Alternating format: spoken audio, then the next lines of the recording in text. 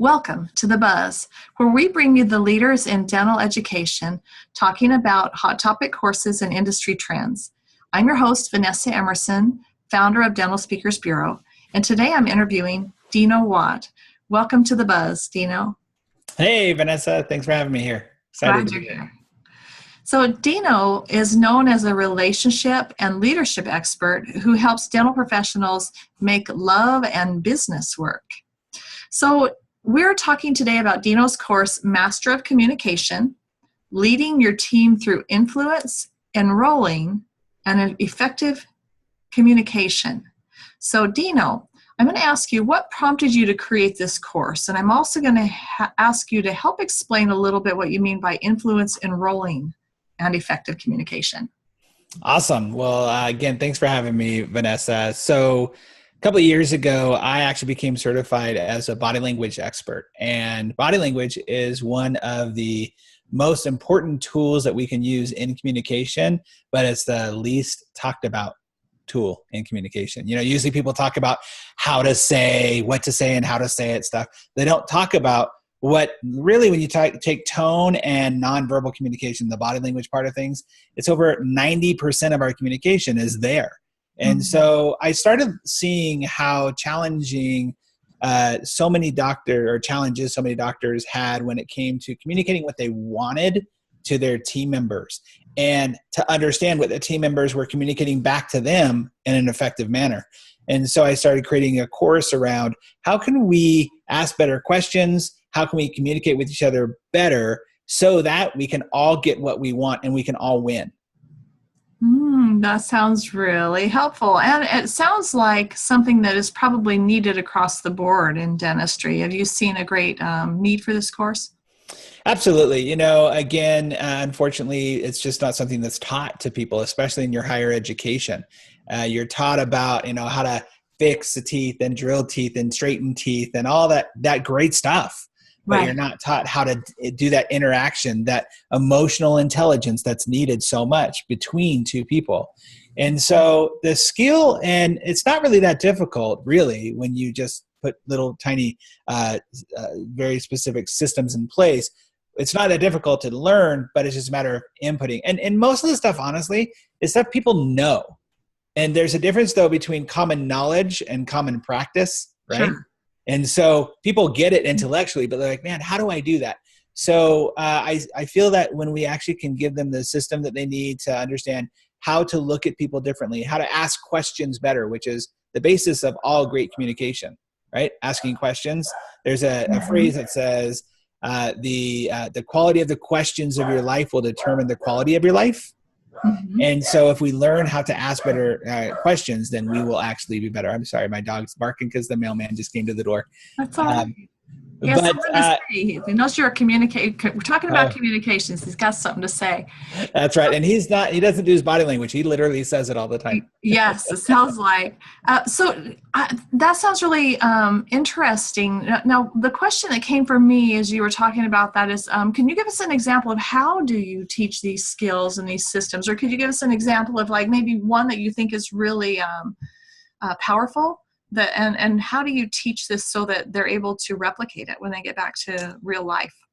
Yeah, so we talk about motivation. I use this example quite a bit, right? How people come to me all the time. Hey, do you know how to motivate your team? And I say, well, you can't, because motivation is an inside job, right? So one of the skills that we teach is how to ask questions that help you understand what's going to motivate them. What's their why?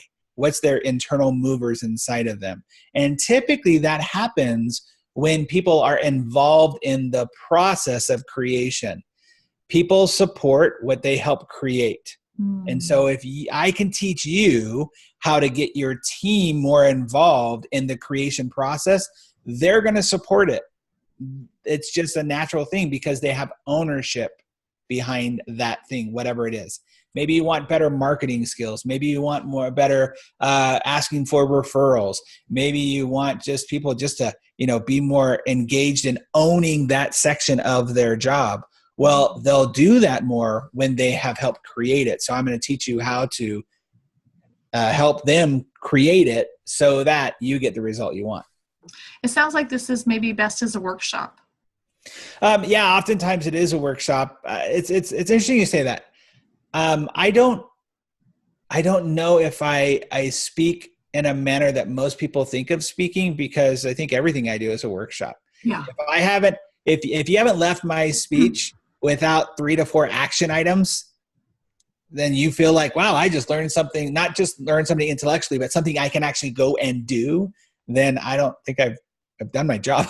I failed.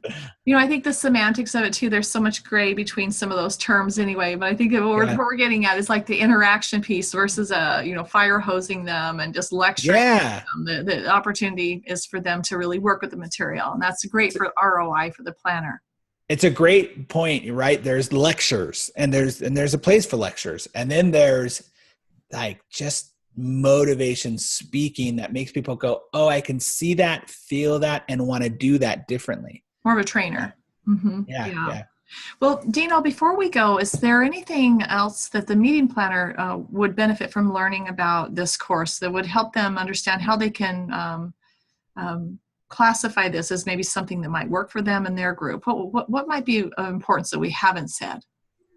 I will tell you that it is probably one of the courses that I get the most comments back from, because no one's talking about the nonverbal communication part of things.